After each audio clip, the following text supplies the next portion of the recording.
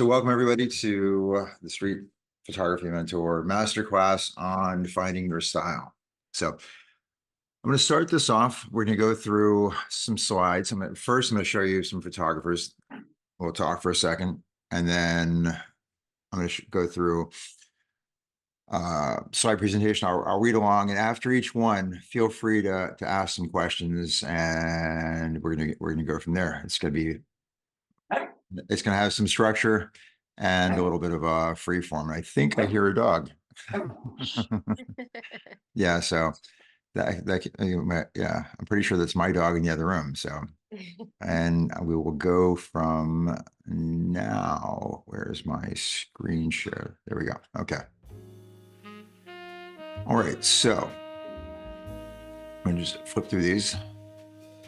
And so the photographer responsible in each is mostly down the bottom. So this is Steve Shapiro.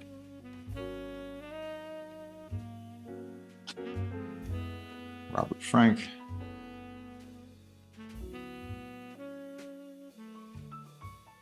Gary Winogrand.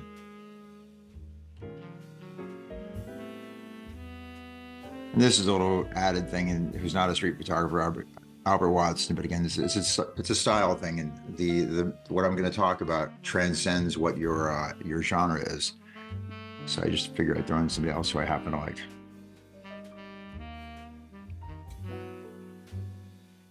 Okay, so on that, those are all people, famous people, very good photographers, but they have a very discernible style. Like most people who are aware of these photographers know these images, and at a certain point, you should typically be able to go, oh, like that looks like a Robert Frank image, or that looks like a Gary Winogrand, or an Albert Watson, or again Annie Leibovitz, or whoever. Like these people have developed these particular styles that have become well known, and so like, how do they do it? Why do they do it? That's kind of why we're here. So let me get on to the next set. There we go. Again, if I didn't have to read. So anyway, your style may be in the subjects you choose. It's how you pose, the situations that you may be drawn to, the lighting, post-processing, color versus black and white, high, medium, or low contrast, high, medium, or low saturation, sharp, soft, or some range in between. Grady versus clean, the list is practically endless. And with each of these as a subset, like based on your unique preferences, like say if you wanted, if you like black and white, like, would it be true black and white? Would it be tinted with a sepia? There's just so many different ways to go about it. For example, if you're portraiture, you like portraiture and you like to photograph a certain group of people in a certain manner of pose and a darker black and white tone. Each of these combined helps define who you are. Furthermore, you can vary their posing and tonality and develop a subtle yet noticeably different style and extrapolate this idea across like so many different variables, and the list is endless. What is the benefit of having a style? Actually, before I even get into what is the benefit of having a style, is there anything about what I just said that's ambiguous or unintelligible? Okay. So what is the benefit of having a style? One, I guess, yeah, seriously, the one I put first is very, very like under talked about and super important. It's the clarity in the thought process. Again, it takes away a lot of guessing and trial about the direction to proceed in your work. So like after you've shot, like every time you shoot, you're like, what am I going to do? Like, do I want to go this direction? Do I want to go that direction? Once you've started to get a feel and develop your own style, your direction is pretty much already set. Like, I'm going to do certain things in one way. So you're not spinning your wheels every single time you do it. So that's a benefit that pretty much nobody really talks about that I'm aware of anyway. So there's another way to differentiate yourself visually from others that photograph a similar subject. 3, if your goal is to be collected, to sell your work, win competitions or whatever, then having a recognizable style can be a benefit as it allows others to categorize you and present you as different and perhaps more saleable or collectible. That's not why we all do it, but these are reasons that some people do it. It also allows you to be recognized or to recognize that you have a place at the photographic table that's all your own, which can help with the feelings of insecurity. And again, possibly the idea of imposter syndrome. Whereas a lot of, again, I'll get into that. That's a huge one. Like imposter syndrome is a killer.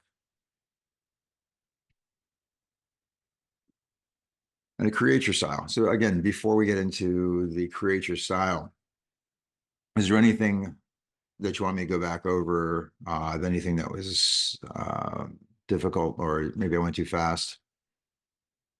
No, no, it's fine. Okay, Can I you're all see good? number 3 again? I'm sorry?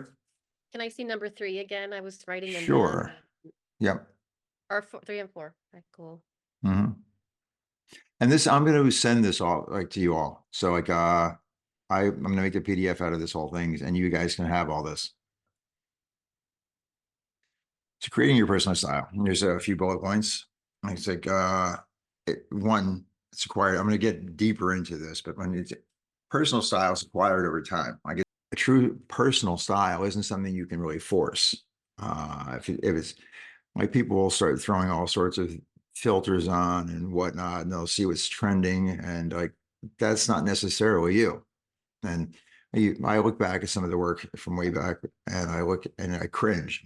I cannot believe I did that. And so at the time, I'm like, it's the greatest thing in the world. I'm like, I should be famous tomorrow. But now I'm embarrassed to even see it. But it's a personal thing. It's kind of like liking scotch. There's no natural reason in the world anybody should like scotch. I love this stuff. Couldn't stand it when I first tasted it. Couldn't figure out why you would acquire a taste, but it does. Certain things come over time, and you don't understand it. Then you try it a little more, and then eventually you're like, how did I ever live without this? So again, here, so I apparently covered don't force it. Well, I wasn't even looking. A big one. Look at others' work you see, and see what you like and identify with. When you're doing that, it's you're intaking and putting into your memory just all sorts of things. Whether you go to the library, you go to a museum, you read books, look at paintings, things you see on the street. It all sinks in, and the more you put in there, the more who you are and your experiences in life will start to grab this stuff and turn it into something that becomes uniquely you. We all might have a lot of the same parts, like with a stew. However, it's not the ingredients per se, but it's the proportion that goes in. So you can be using the exact same thing.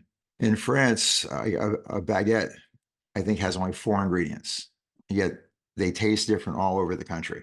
And every year there's a competition for best baguette in France. And you wonder, like, how is it possible there can be a best or a worst? There's only 4 ingredients, and they all come out as a long loaf of bread. Trust me, like there are no bad baguettes, but there are some that are truly spectacular. And it literally has to do with how they use the exact same ingredients. So a personal style is that. Never really thought about that until just this second, but yes, we make our own visual baguettes. Liking other people's work. Like, it's okay to like something. It's encouraged. You should like people's work. Years ago, I used to think I was good, and so you get looking to other people's work, and then you start to think, oh, wait a second, that's great. Like, my work looks nothing like that. Like, I must not be any good. Like, I'm kidding myself. Like, and then you go down the rabbit hole of looking at more people's work that doesn't look like your own, and you're like, why? Who am I fooling? Like, maybe I shouldn't even be doing this. And so I was lucky that I went back, because I've been down that rabbit hole a few times, and I was pulled back by looking at my own work and then recognizing that, hey, I like my work. My work has a purpose and a place, and it's uniquely me. And just because it doesn't look like somebody else's, that's fine. That's who they are. And I can appreciate that and still do something completely different. And so once you start to recognize and you start to, and you're getting a style, you start to, you get a sense of self-worth and like, which it's horrible to think that was good, but it's such a personal undertaking, any art, that you start to question yourself. And I personally have not met anybody that hasn't at one point or another had some doubts about the work. Just some truly spectacular photographers. And luckily, they've all gotten through with it. Your style and somebody else's style don't have to have anything to do with each other for you to appreciate theirs, as long as you recognize that they are completely different and what you're doing has nothing to do with them. The next bullet point, don't compare yourself to your heroes. Again, I'm not, let's go to Cartier-Bresson. None of us here are. No one ever will be. But by that same token, no one else is Matthew Plimpton or Lawrence Venster. So you will each, and I do, and everybody brings your own values and your own aesthetic. And that's a good thing, because otherwise, if everybody looked, again, if we all looked and saw what was popular, and we all liked the same things, and we all tried to copy it, everything would start to look alike, and it would get boring. What would be the point of even getting into it? So, I mean, by having this understanding that we bring different things, it just makes for a much more pleasing visual landscape. And of course, I already talked about the imposter syndrome, so I won't go on that. So periodically check your work, see what it looks like in a group. So what I'm saying here is periodically go and just grab, like I was saying before, when I would go back and look at my work. So part of developing your style is recognizing that you have a style, because style just comes on. It's one of those things that just, it happens naturally. Again, there's no true forcing. You can try to work harder, but if you do this, it will speed things up. What you want to do is, over time, like periodically go back and look at a collection of your work. Don't just appreciate it and go, wow, I'm good, but look and see what you'll find over time. There's recurring themes. Like you're not even necessarily aware of them. They could be, you're drawn to certain colors, you're drawn to certain shapes, you're drawn to group dynamics. You like, some people like very moody shots, some people like very bright shots. You might, anyway, whatever it is, you're going to find as you start to look through your work, what you consider your best work. You're going to find a thread that's going to be you, and you might not, and chances are you weren't aware of all of it. You might be aware of some of it, but you'll start to see things. And once you're aware of it, you're going to see it more. Again, this starts to be the evolution, the early stages of developing your style, of truly developing your style. Again, like I said before, like looking at all sorts of media for inspiration, like painting, TV, movies, magazines, photo books, museums, galleries, libraries, stuff as much into your head as possible. Again, because none of it's going to be wasted. It's all going to find a way somehow into the collective body of your work. Yeah, don't look at what everybody else is doing and think that you have to do it or else you're a failure or not as good. Again, this is where I was talking before, that everybody brings their own thing. And if we all did the same thing, it would just be mind-numbingly boring, and that's awful. So look at it, but don't feel, let's go, that you have to recreate the things that you like. You do your own thing. Like a lot of things, but just do what you want to do. And drawing inspiration, same kind of thing. Drawing inspiration is one thing, but imitation is another. You're not going to be the person you're trying to imitate, so don't try. It also gets, like I said, it gets old and boring, blah, blah, blah. Again, so I already said this, and I didn't even have the slide up yet, so I'm glad that my slides agree with me. Again, your style is exactly what sets you apart from the others. So if you, once you recognize what it, well, even if you don't necessarily recognize what it is, this is the beautiful thing about it. Your style is you. And whether you recognize it or not, you have it. It's the other people will recognize it. And as long as you're not going out there specifically trying to copy somebody, it's going to, it's a slow process. It's kind of like, when people ask what for the secret to losing weight, it's the old magic bullet of diet and exercise. There's no real easy way around it. You just have to do. And so finding your style comes with time. It should evolve, like your taste evolves. Like nobody, like there's certain tastes you'll have from childhood through God only knows when. But there's an awful lot of things that, thank God, you're going to acquire that you hadn't known about before, or things you did know about but you didn't appreciate. And so, like your tastes changing, your style will grow with you, and it should, because like at the point where it just stays stagnant up and it's boring. Like it might be outstanding, but from the creator's standpoint, once you have nowhere to go, things get boring. If you know exactly what you're going to do and exactly what it's going to look like and how it's going to look like for the rest of your life, like why would you continue? Really, I personally, I think I would give up if I got to the point where I recognize, wow, it's never going to change. Like I've done what I'm going to do. So style and taste kind of go hand in hand. So there's an exercise. Create a folder of images of anything that you like. Like it can be food photography, it could be portraiture, it could be street photography, like anything. Don't give it too much thought. Just go, hey, I like that picture, drag it in.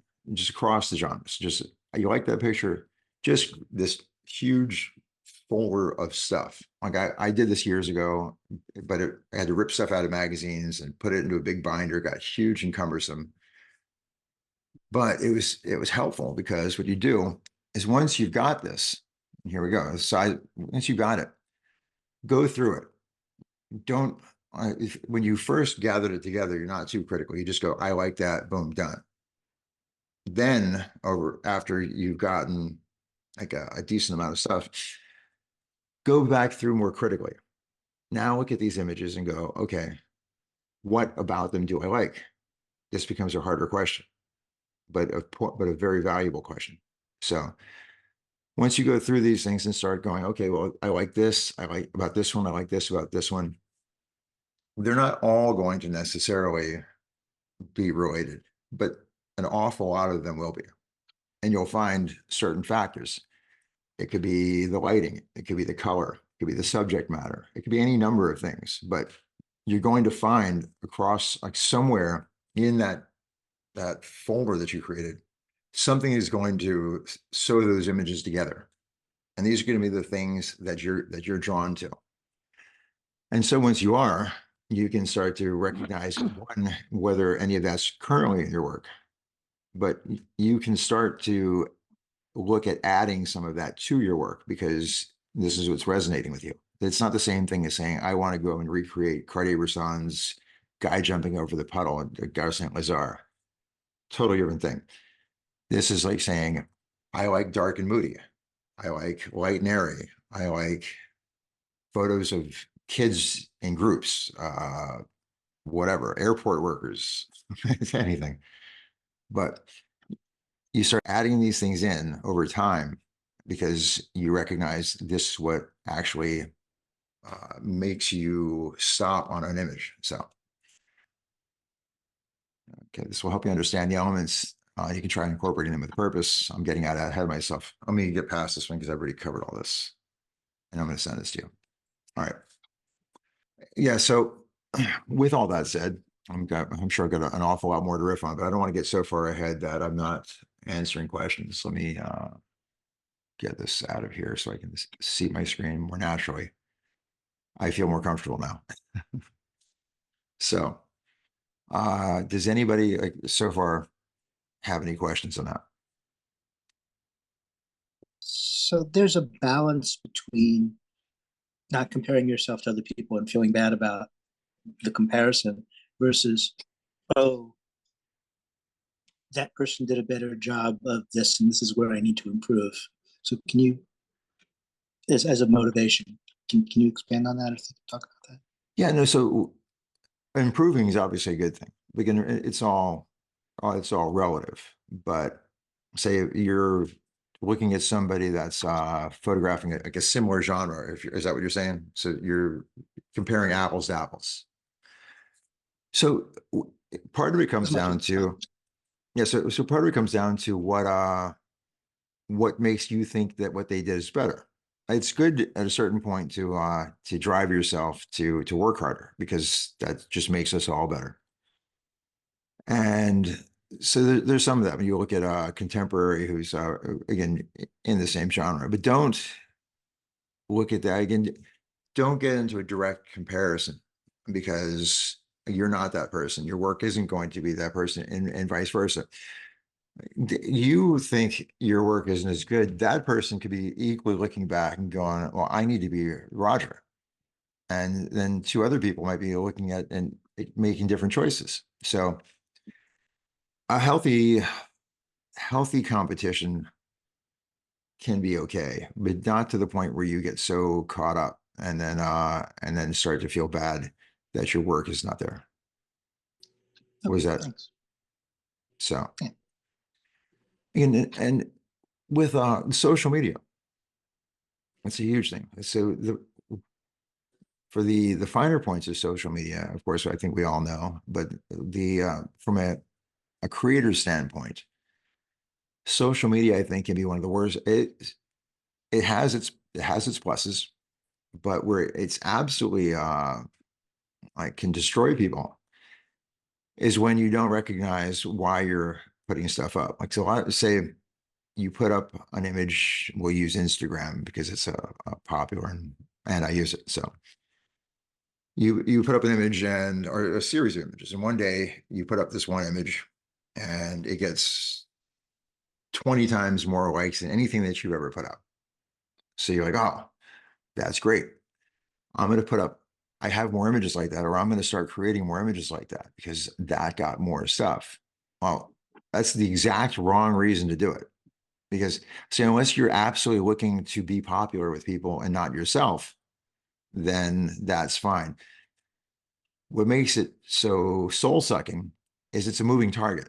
The general public is the absolute worst group of people to seek approval from, because they're usually and like any kind of mass thing, there's no real consensus. They're not putting an awful lot of effort into breaking down what's good or bad about your picture. It's a shiny object. They see something. I know for a fact when I put up portraits on my Instagram feed, they routinely get what's called at least twice the engagement as anything else I put. No, it's not making me do more portraits. I happen to love portraits, but again, I do a portrait when I want to. I put one up when I feel it's necessary. The images that I think are my best don't necessarily get anywhere near the engagement, but it is what it is. And if I'm putting these things up there because I like them, I'm sharing them, I would like people to engage with them more, but it's not my be all end all. And once you start to change what you do because a bunch of other people have reacted in a certain way to it without any qualified reason other than just, yeah, that's cool or whatnot. I get you. It's not a bad thing. It's actually helpful to seek out what's it called? Seek out critique periodically. But even with that, don't let one person's critique. You go across the board, and you have again. It's difficult. You have to find people that you trust, because if you're sensitive, like a bad critique from a person who is not necessarily good at critiquing, or again, they might be great at critiquing, but it's one person's opinion. It could crush, again, it crushes people sometimes. Or you then go, well, what do they know? Because you shouldn't have that outlook either, because they know something. But if you get critique from a few qualified people and then kind of go with the average, it's a much better way to go. Don't look for people specifically that you feel are going to love what you do, because that's kind of what's the point of getting the critique then. So you need somebody willing to tell you the truth.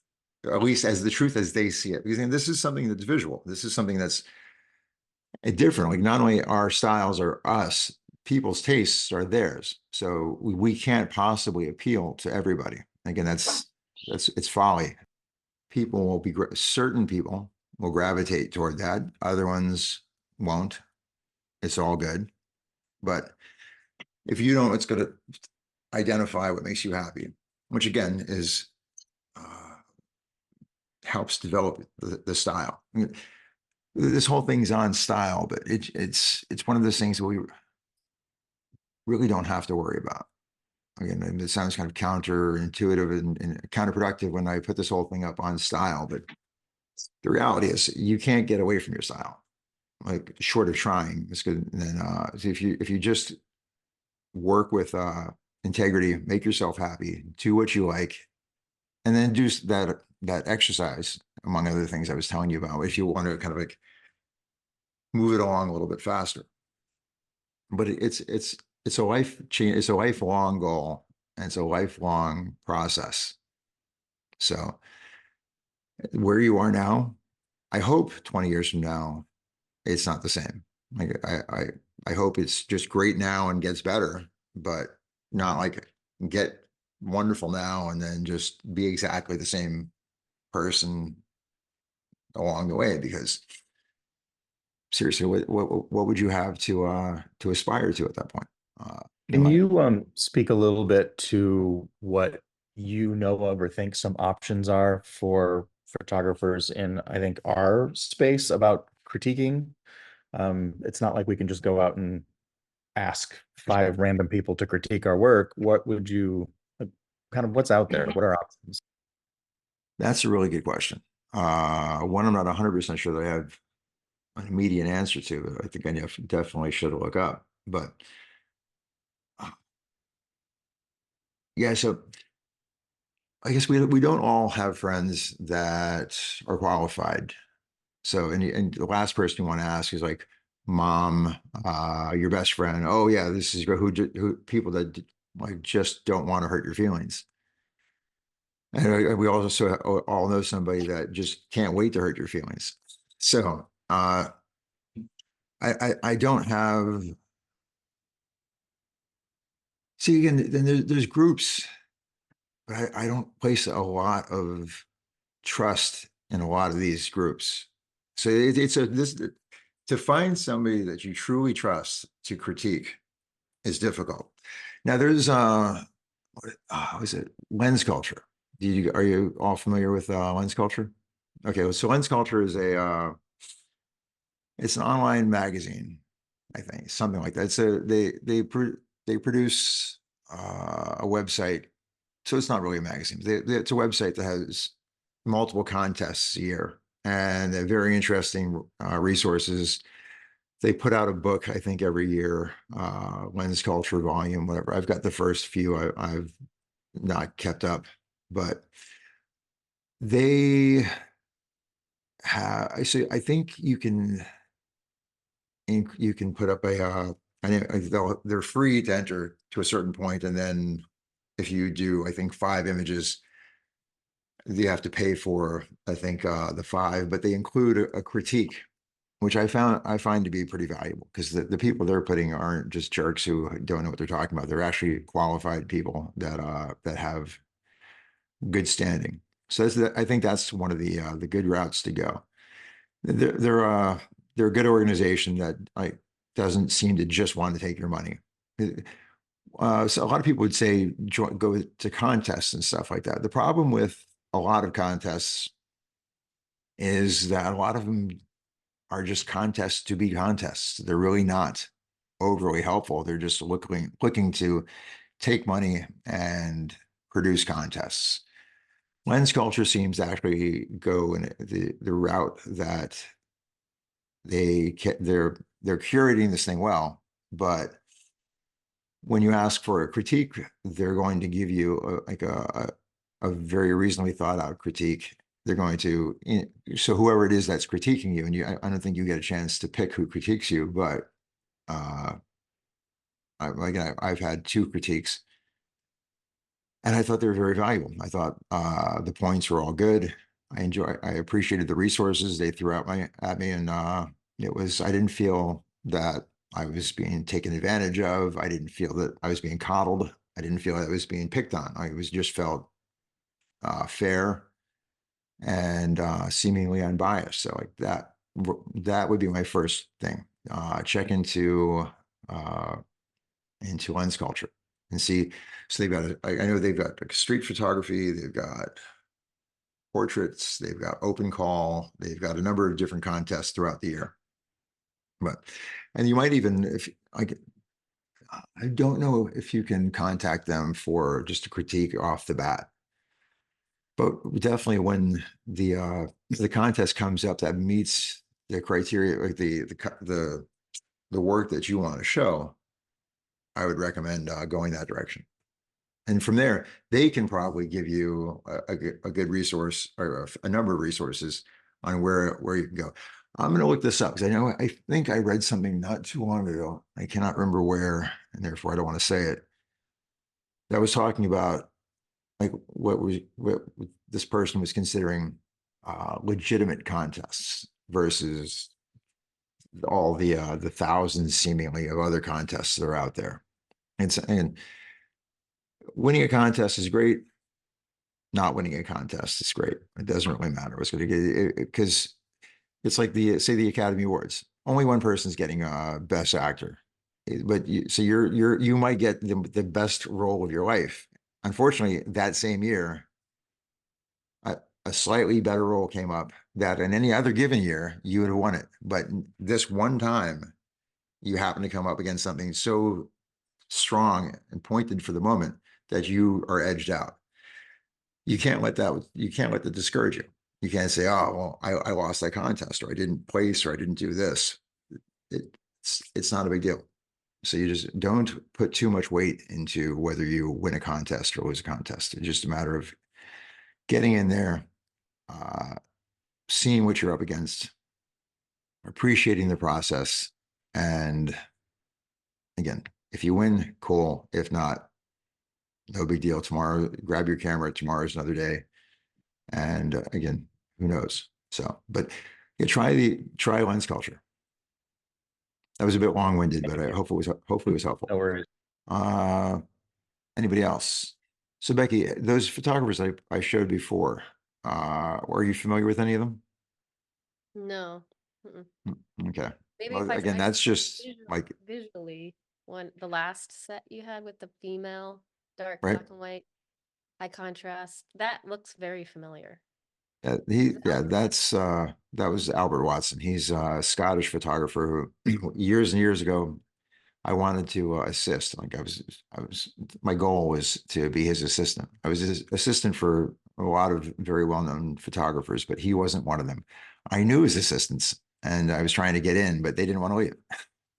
So anyway, yeah, I'll look him up. But all of those people, again, the list is long. Like there's some absolutely phenomenal. Like I didn't want to make this an entire thing of like just showing you other people's great work, but there's just so much out there to see.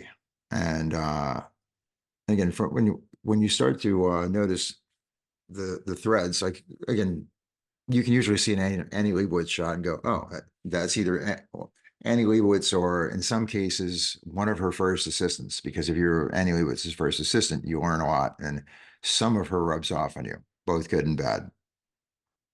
But they all have their own thing going on.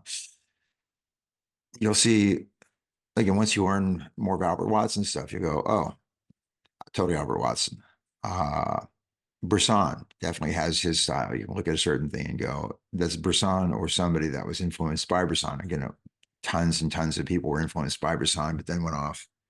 And specifically, I put up some images by Robert Frank, who preceded Gary Winogrand. But Gary Winogrand was largely inspired by Frank. Now, their images don't look that much alike. There's little tiny threads, but for the most part, basically because of genre. But this is a guy that went on, Winogrand, who went on to be considered one of the most important American photographers of the 20th century, well, of the late 20th century. And he, he full, he full-heartedly, came out and said that he was very largely inspired by Robert Frank, who inspired a bunch of photographers whose work looked nothing like Robert Frank's. So that's kind of the point of taking your inspiration, but not necessarily judging yourself by it. Does does that kind of make sense? So yeah, it's not rocket science. Again, it's intuitive, and yet it doesn't seem to be at first. Like we all want to go and like you see the styles of somebody and you're like, oh, well, there's got to be some kind of magic, like a secret sauce that allows you to do certain things and they have it and maybe I don't or something else. You know, we all have it. And it comes down to the various degrees and what it is, again, what it is you like to do. Like some styles are over the top and you just like color grading in a movie. Like you would see like all of a sudden the what was it, the like teal and orange was a thing. Like they just threw teal and orange into everything. So for a while they had a whole shift on that. So whoever came up with that one was the starter of that particular trend. And then it moves to a whole bunch of other things. Like when if you're going to just lay some filter over the top of something that's a style, can be a style. It's sometimes it's heavy-handed, sometimes it's not, sometimes it's amazing. Like so, but it can go that you're completely neutral in your color palette, and but your subject matter is uniquely you. Like I tend over the course of my career, I started off, I liked, I started off pretty much liking like portraiture and abstracts. Loved abstract portraits. Got in close for everything. Eventually blew the backgrounds out, so everything was soft. I liked long lenses. That's all I did. I thought half the things I like now, I didn't like then. I didn't understand. Like when I first saw Bresson's work, who I adore. Yeah, okay, it was nice. It looks like old pictures, lots of sharp stuff. Didn't understand Winogrand at all. Like I specifically remember a kid who and had a studio right down the hall from my first studio back in New York. And he came in with this big brand new book of Winogrand's work, and he's showing me. Like he's so proud of it, he wants to show me. I'm looking at him thinking, I'm being polite. I'm like, I don't get this. Like I really don't see why you like this and why you would have just bought this book and why you seem so happy to be showing me. But I was smiling and going, yeah, yeah, yeah.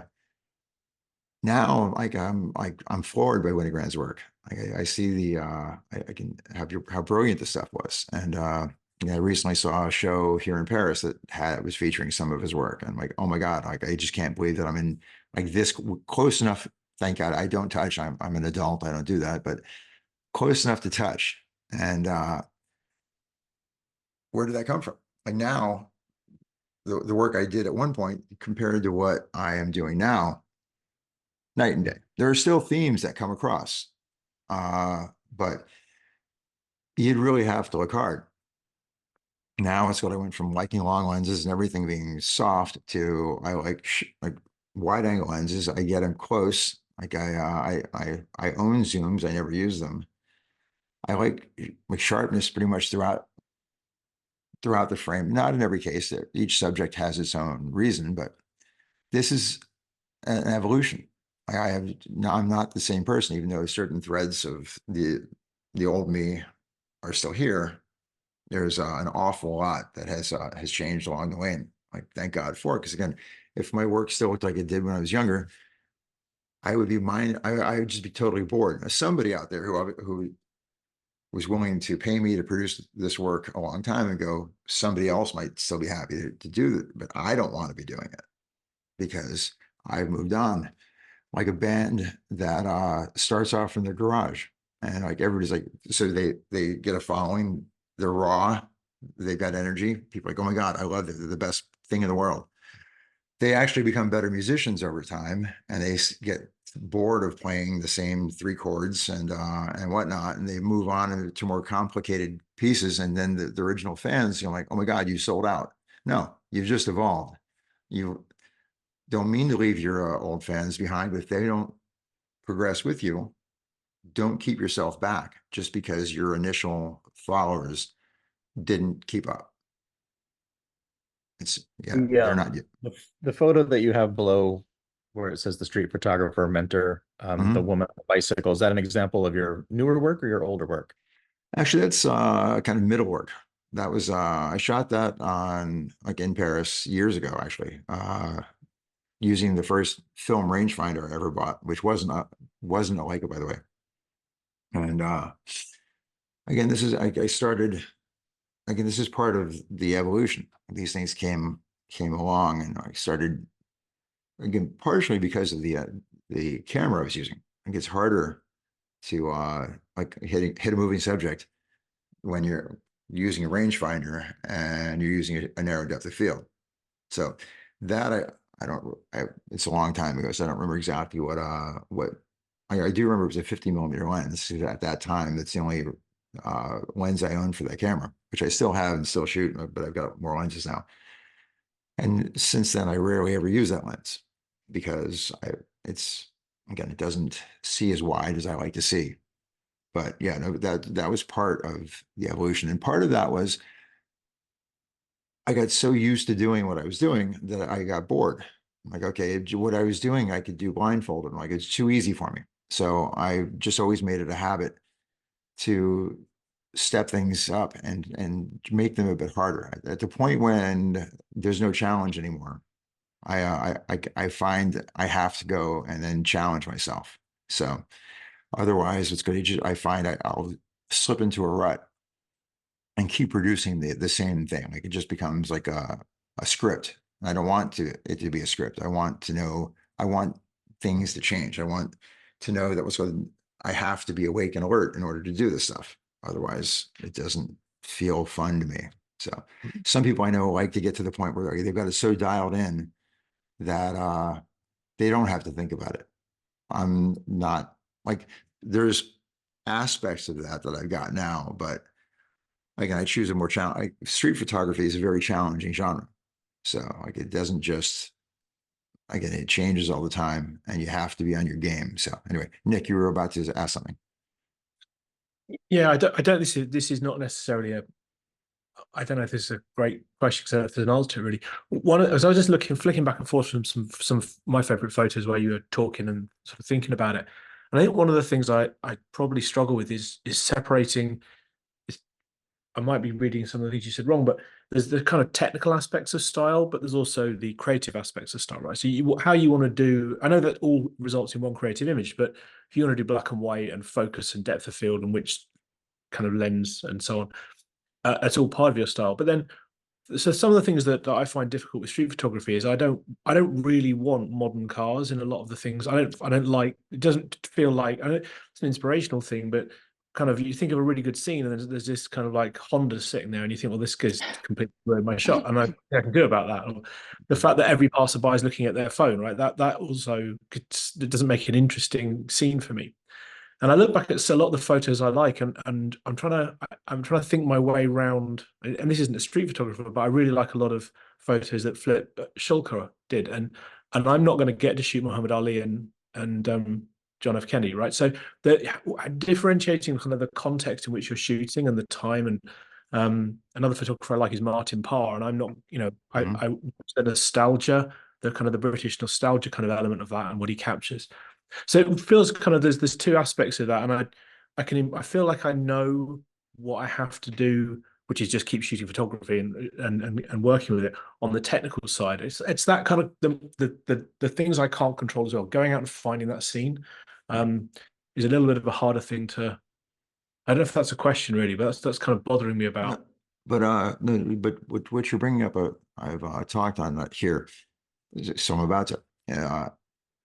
When Martin Parr shot that stuff, and when say Vivian Myers shot what she shot, and all these pictures that we look at from the past that we look at and go, wow, that's amazing, but I don't have that subject. Well, when they had that subject, other people were going, wow, we don't have the stuff that they had in the 20s and the 30s. And then it just the thing about street photography and where it's kind of basically it's documentary. You have what you have. We're in the times that we are, and we can never change that. And so things that are mundane, typically it's just recording fairly mundane things that most people have absolutely no idea why you would ever point a camera at it. But once you do, 20 years down the line, people look back and go, "Oh, well, that Honda you're talking about. Right now, it's just another Honda. 20 years from now, somebody might be looking back at that and go, "Oh, do you remember those? Like they used to." However, like you look at a Chevy Malibu from the 70s, and like, oh, they just don't make them like that anymore. But that car was so prevalent, like they were everywhere. And so somebody would be thinking, now why the hell would you like if I see another freaking Chevy Malibu, I'm gonna scream. Martin Parr was going around England and shooting what we look at as amazing stuff and very, very cool. But at the time, it was completely pedestrian. And there's nothing remarkable about it unless you looked at it through his eyes or the eyes of people that were qualified to make any kind of judgment. And now you look back at that work and you go, "Oh my God, he was brilliant." But I'm sure at the time it didn't seem that way. So it's Maybe. and And I, you'll find out. I'm sorry. Go ahead. Composition rather than the time period, which is I guess is a good point. Yeah, because I'm trying to think what in a roundabout way. One of my favorite movies, Midnight in Paris, broaches the subject without it being street photography. I can't think of I think it was called Golden Age thinking, that everybody thinks that the era before them was the magic era. And then you go to that era and they think of the era before that as being the magic era. So typically we're frequently not impressed by the things that we see all the time, but that's the beauty of what we do as street photographers or documentary photographers, that you do these things and you do them frequently, and people question why you do them. And eventually they look back and go, "Thank God you did that, because without that, we wouldn't have these photographs. We wouldn't have these records of whether not only from a technical standpoint, but from an artistic and cultural standpoint." So yeah, I 100% agree that sometimes I'm walking around going, "All right, that's done to death." I'm like, but like speaking specifically about the cell phone picture, how many pictures of people looking at cell phones can you look at? But at this point in time, what is more now than a bunch of people buried in their cell phones that are not paying attention to anything out in the world? There's only so many pictures as you can see, but somebody will have taken that picture, like the 1,206,000th iteration of that shot, and that shot will be the one that will be displayed as an icon in a museum somewhere down the line. And everybody else that had taken a similar subject matter shot will go, "Who would have known?" So yeah, I recently saw- don't get down on your what's good your distaste for how pedestrian everything is. It's it's just the nature. Becky? I recently saw a picture on Instagram. It was a comparison of everybody on their phones in the subway, and then they showed all these businessmen in suits looking down at a newspaper like 50 years before that. So I thought that was really interesting. Yeah, again, Like and they had their noses all, in newspapers. yeah, again, when you were mentioning the people on the train looking at the phones, immediately my head went to yeah, and what you brought up, like looking at all those great shots. But and where did the hats go? Like, why does it? Nobody wears cool hats anymore. The American accent has changed across the board. They all dress. Nobody dresses up. Like and then who knows what's going to happen. Like, we'll go and say 20, 40, 60 years from now, when maybe everybody goes back to that and they're like people just wore ball caps and they dress like slobs and they did whatever, but it will be uniquely our time period. And so somebody is going to be wowed by the work that you put out now that is currently going, "I have no idea why you do that." So again, this is the slow boil. It's the long game. You're not. Again, this is why when you go on to Instagram and you put up the shiny object, and people are like, you like. Okay, there's no reason to believe off the bat that that's going to be the shot that has legs. Like if you go back through your own work, I'm not sure how long all of you have been photographing, but with myself, sometimes I look back and I periodically go back. I don't throw anything. Well, like as far as images go, or apparently my wife tells me I don't throw boxes away either. But anyway, the images are more important. And you go back and you look at things. I find every single time I'll find something that didn't excite me at all in the past. And then I'm like, how did I miss that? Like that's better than anything that I had highlighted. I went through my first 2 rounds of edits. And then you go back and like, again, it becomes your evolving taste. Things, but what's interesting is that you took the picture at all. So an image that you shot and that don't necessarily like now, you can come back to. And again, a lot of them you'll still not like, but there will be some that you come back to and you're going to go, wow, like how did I not surface that faster? But the idea that something in you was drawn to it to begin with is kind of what's important. And then luckily you then didn't throw it away and found it later. But oh yeah, frequently I find that the things that initially grab you end up rarely, not never, but rarely end up having the long-term legs that something else that you didn't pay as much attention to does. I've noticed that with my own work. I've seen that with clients who I've photographed for. I tell them like, one of these days, the shots that you like on day one are not going to be your favorite shots 20 years from now. And so I haven't really approached the 20-year people yet, but a number of them over a period of time have told me, "What's good? You're right.